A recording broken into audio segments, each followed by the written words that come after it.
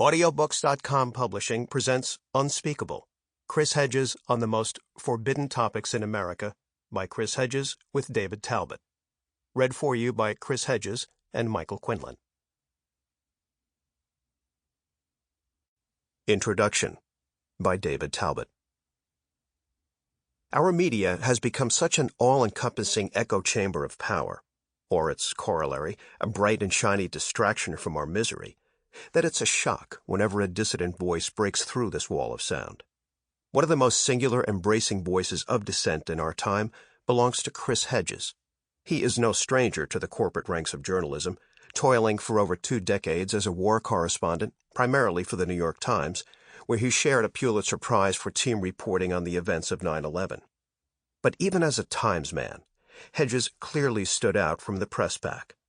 His fearless reporting from Central America, before he joined the Times, and later from the Middle East, Africa, and the Balkans, routinely contradicted the official line, evoking the rigorous independence of his literary heroes, George Orwell and James Baldwin.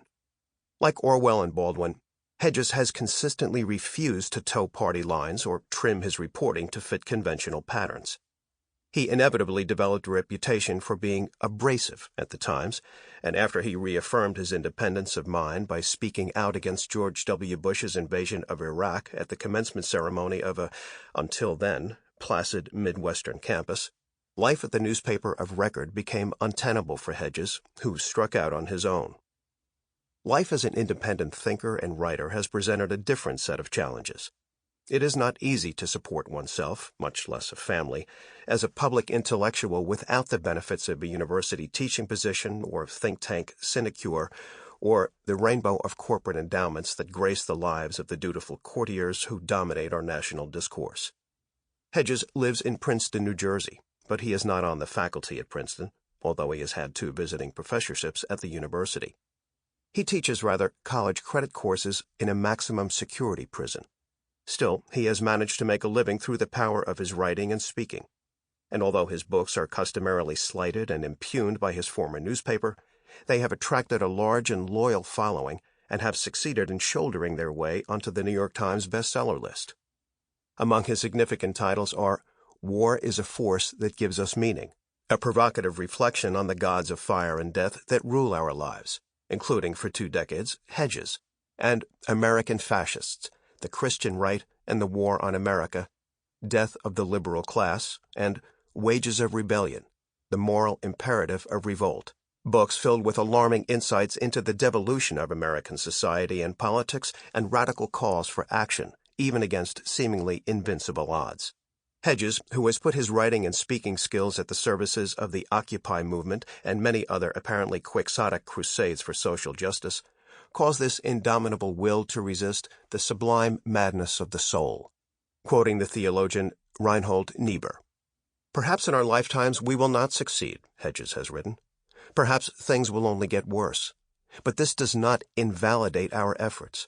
Rebellion, which is different from revolution because it is perpetual alienation from power rather than the replacement of one power system with another, should be our natural state."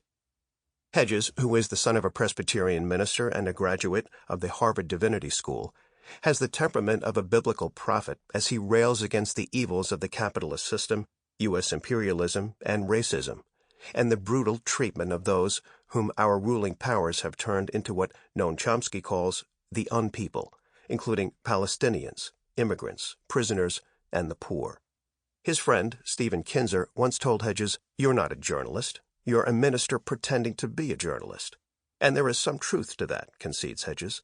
The columns he writes for publications such as Truth Dig, and collected in volumes like The World as It Is, do read like sermons. But these are not the sermons of a kindly and serene suburban minister. They are meant to stir unease and trouble. Sermons, when they are good, do not please a congregation, he writes. They do not make people happy. They are not a form of entertainment. They disturb many, if not most, of the listeners. They resonate only with a minority. Sermons force those who hear them to be self-critical. Hedges is particularly committed to disturbing the tranquility of the powerful. He is proud of the fact that he never was considered a member of the elite media club. My former employer, the New York Times, with some Sample complete. Ready to continue?